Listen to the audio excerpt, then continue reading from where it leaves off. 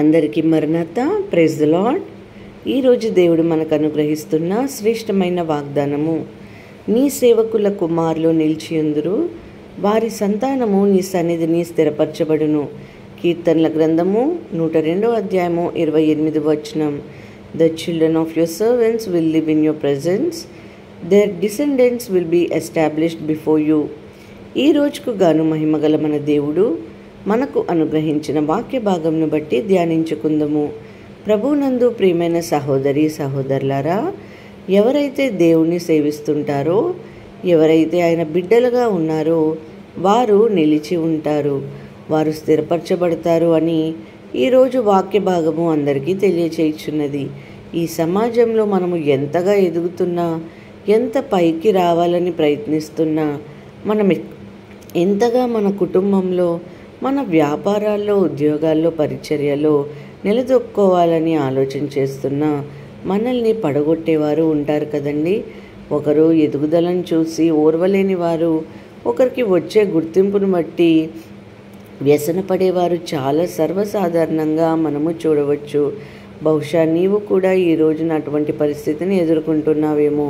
నిన్ను పడవేయాలని, నీ కుటుంబాన్ని చిన్నాభిన్నం చేయాలని, నీ కుమారుడిని లేక మీ కుమార్తెని మార్గము తప్పేలా చేసి, చెడు అలవాట్లకు బానిసలుగా చేసి నీకు శోకము మిగిల్చాలని ఆశపడుతున్నారేమో. నీ ఉద్యోగంలో, నీ వ్యాపారంలో నిన్ను పడగొట్టాలని, నీ అంతం చూడాలని ఆశపడుతున్నారేమో. అయితే మంచిగానే కనపడుతూ కూడా నీ బంధువులైనా లేకపోతే స్నేహితులైనా ముసుగులో వారు ఉన్నవారు కావచ్చు. ఎవరైనా చేసినా, ఎన్ని పన్నాగాలు పన్నినా, వారు ఎంత ప్రయాసపడినప్పటికీ దేవుడు నిన్ను నిలిచి ఉండేలా చేస్తారు. ఒకసారి ఒక ప్రాంతంలో ఒక పేద బిడ్డ ఎంతో కష్టపడి మంచి జాబ్ తెచ్చుకుంది, గొప్ప స్థితికి ఎదుగుతుంది. అయితే అది చూచి ఓర్వలేని ఆ ఊరిలో ఉన్న బంధువులు ఆమెని ఎలాగైనా పడవేయాలని ప్రయత్నించారండి.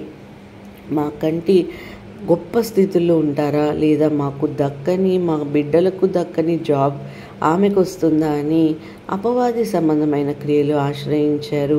మాంత్రిక శక్తుల చేత ఆమెను అనారోగ్యం పాల్చేశారు. అభ్యర్థ పరిస్థితి మొత్తము మారిపోయింది.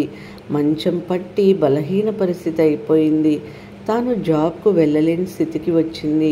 ఈరోజు ఈ లోకము మన సొంత జ్ఞానం చేత, దేవుని కృప చేత ఎదిగినా తట్టుకోలేకపోతుందండి.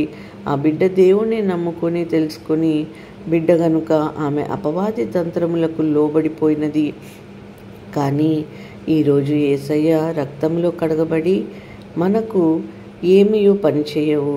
వారు ఎన్ని చేసినా, వారు ఏ శక్తిని ఆశ్రయించినా మనకు ఏ హాని జరగదు. ఎందుకంటే మన దేవుడు సర్వశక్తి గలవాడు.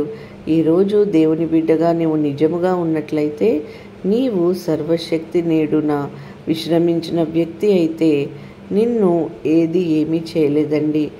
ఎవరు ఎన్ని ప్రయత్నాలు చేసినా నిన్ను పడగొట్టలేరండి. వెంటనే ఈ సమయంలో చాలామంది అనుకునే లేదా ఆలోచించే అంశం ఏమిటంటే, మేము దేవుణ్ణి విశ్వసించాము కదా, ఎందుకండి మేము నిలవలేకపోతున్నాము, ఎందుకండి మేము మా బిజినెస్లో అభివృద్ధి చూడలేకపోతున్నాం, ఉద్యోగాలు కావచ్చు, చాలా విధాలుగా నష్టపోతున్నాం, ఎదగలేకపోతున్నామని. అయితే దానికి సమాధానముగా వాక్యం ఏమని సెలవిస్తుందంటే, వారిలో వేరు లేనందున వారు పడిపోతున్నారు అని. అవునండి, మనలో నిజంగా విశ్వాసం లేకపోతే, యేసయ్యను నమ్మాను అని నోటితో మాత్రమే చెప్పగలిగే వారంగా మనం ఉంటే మనం పడిపోతాం. గాలి తుఫాన్లు భీకరంగా వస్తున్నప్పుడు వేరు లోతుల్లో లేని చెట్లన్నీ కూడా తొలగిపోతాయి, పెళ్ళగించబడతాయి. కానీ వేరు లోతుగా ఉన్న చెట్లు ఎంత గాలి తుఫాన్లు వచ్చినా అవి పెళ్ళగింపబడవు. ఈరోజు మనం కూడా అంతే. వాక్యము అనే వేరు మన లోపల నాటుకొని పోతే మన ఎదుట ఉన్న శ్రమలు, కష్టాలు, అనారోగ్యాలు ఏవైనా కావచ్చు, వాటిని మనము తట్టుకొని లేచి ఉండగలుగుతాము. లేదంటే చిన్న సమస్యకే, చిన్న ఆరోగ్యానికే పడిపోయే వారంగా ఉంటాము. కాబట్టి ప్రతి విశ్వాసి వాక్యంలో స్థిరపడాలి. ఏది ఏమైనా, ఎవరు ఎన్ని కుతంత్రాలు చేసినా నా యేసయ్య హస్తము నాకు తోడుగా ఉన్నది అని నమ్మాలి. ధైర్యంతో ముందుకు సాగాలి. అప్పుడు మనం నిలిచి ఉంటాం. మనము అలా ఉండడం వలన మనకే కాదండి, మన బిడ్డలకు కూడా ఆశీర్వాదం. వాక్యం సెలవిస్తుంది, వారి సంతానము దేవుని సన్నిధిలో స్థిరపరచబడుతుంది అని. మన పిల్లలు ఎక్కడెక్కడో స్థిరపరచబడాలి అని అనుకుంటాం. విదేశాల్లో మంచి ఉద్యోగాల్లో, మంచి వ్యాపారాల్లో ఇలా వారి యొక్క స్థిరత్వం గురించి ప్రతి తల్లిదండ్రులు ఆలోచన చేస్తుంటారు. అయితే అన్నిటికంటే ముందుగా వారు దేవుని సన్నిధిలో స్థిరపడితే వారు ప్రపంచంలో ఎక్కడైనా ఏ ఫీల్డ్ అయినా ఎదగలుగుతారు, స్థిరపడతారు. కాబట్టి ప్రియమైన సహోదరి సహోదరులారా, దేవుని సేవిస్తున్న నీవు భయపడకు. నీవు గుర్తుంచుకునవలసిన విషయం ఏమిటంటే, నీవు పడిపోవు, నీవు కూల్చబడవు, నీవు స్థిరంగా ఉంటావు, నీవు నిలిచే ఉంటావు. దేవుడి మాటల్ని దీవించి మన హృదయంలో ఫలింపచేయునుగాక. ప్రతి ఒక్కరూ ప్రార్థన చేసుకుందాం. మహాపరిశుద్ధుడ ఘనమైన తండ్రి, మీ బంగారు పాదములకు స్తోత్రములు ప్రభువా. యేసయ్యా, ఈ విధంగా మమ్మల్ని సజీవ లెక్కలో ఉంచిన దేవా, మీకు స్తోత్రములు. ఇచ్చిన వాగ్దానము బట్టి స్తోత్రములు చెల్లించుకుంటున్నాం ప్రభువా.